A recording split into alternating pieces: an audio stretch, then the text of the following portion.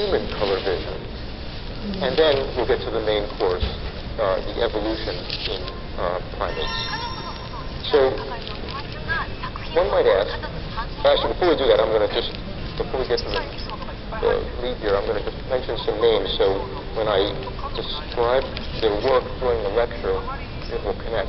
And in particular, I want to mention people in my lab who worked over the years on color vision. Hugh Cahill, Jenny Mackey, Shauna Mervs, Phil Smallwood, Hui Sun, Yanshu Wang, and Chuck Weitz. We've had many wonderful collaborators, in particular Jerry Jacobs. So I like to do that at the beginning so the names are up there. Now let's just ask, why study color vision? The obvious answer is because it's beautiful. And the world, as we see it up here, looks a lot more beautiful than if we didn't have color vision. And it would look like this if we didn't.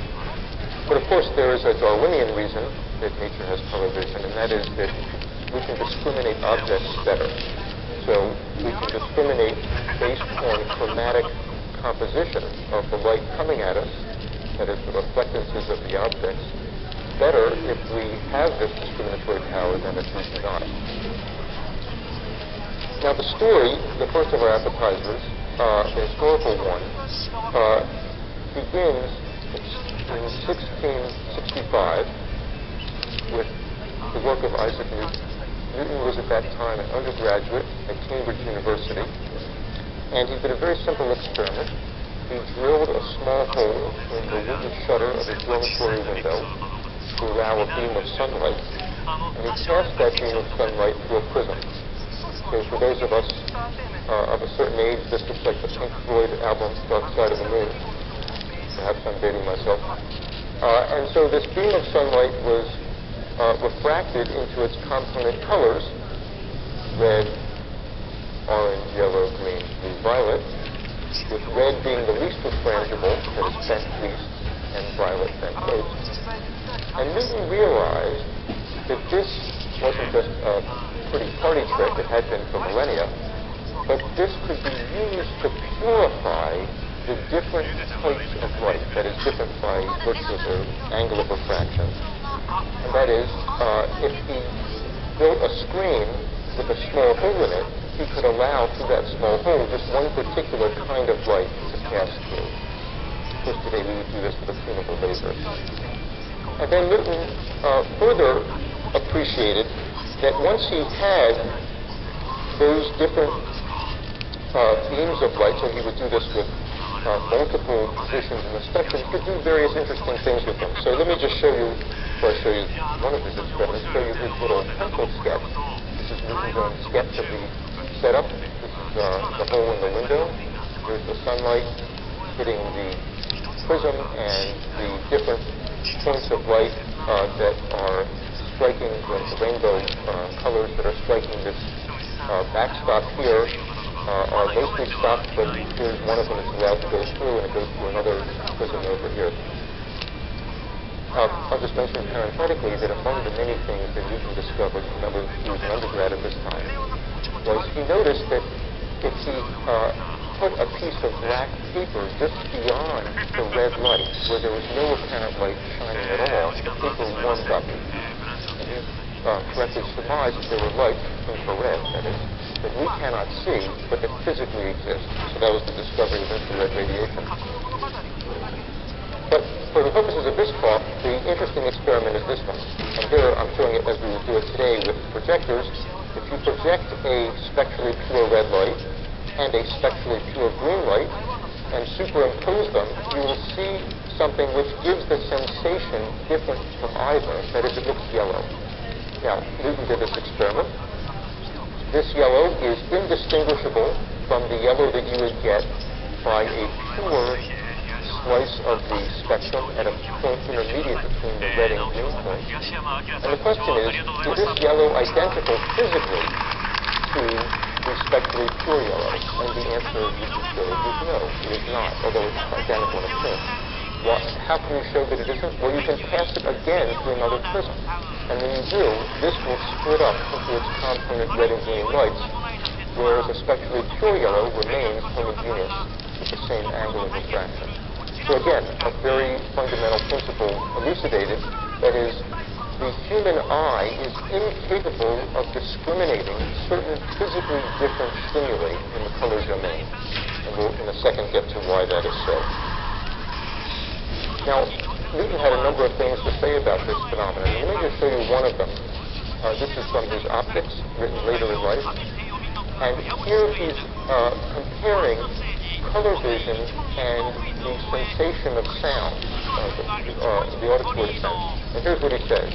May not the harmony and discord, that is, the similarities and differences of colors, arise from the proportions of the vibrations propagated through the fibers of the optic nerves into the brain, as the harmony and discord of sounds arise from the proportions of the vibrations of the air. Now, this is an amazing insight. At a time, a century before, it was clear that light had wave properties before the famous Young interference experiment. So Newton is reasoning by analogy that light may have, in different wavelengths of different colors of light, may have different wavelengths and have some sort of intrinsic wave attribute.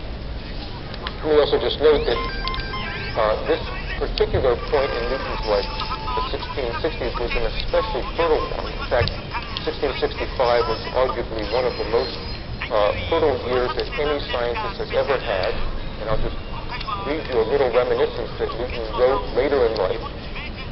He says, in November of 1665, I had the direct method of fluxion. That's what we call today differential calculus. And the next year in January, had the theory of colors. And in May, I had entrance to the inverse method of fluxion. That's what we call integral calculus. And in the same year, I began thinking of gravity extending to the moon, and from Kepler's rule, I deduced that the forces which keep the planets in their orbits must be reciprocally as the squares of their distances from the centers about which they revolve. That was a very good year. Now, despite his enormous physical insights, Newton actually never spent much time, as far as we know, thinking about or investigating the physiologic basis for these color mixing experiments that he did. The real insight came from Thomas Young, a century and a half later, who was a great physicist, physician, linguist, did many things in his life. And in his 20s, when he was delivering the Bakerian lecture to the Royal Society, mostly about things unrelated to color, he had one particularly interesting sentence thrown into this lecture, and it's as follows. Here he's talking about the receptors for color vision to explain this phenomenon of color mixing. He says, as it is almost impossible to conceive each sensitive point of the retina to contain an infinite number of particles, by which he means receptors, each capable of vibrating in perfect unison with every possible undulation. So at this point, Young had done the famous interferometry experiment.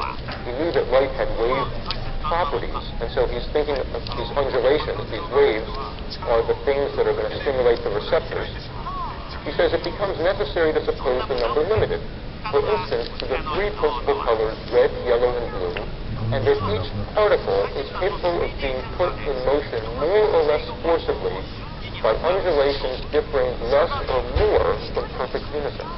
That is, he's suggesting that each receptor is a broadly tuned, bell-shaped curve with respect to wavelength, and depending where the stimulating light resides on that wavelength axis, it will stimulate the receptor more or less.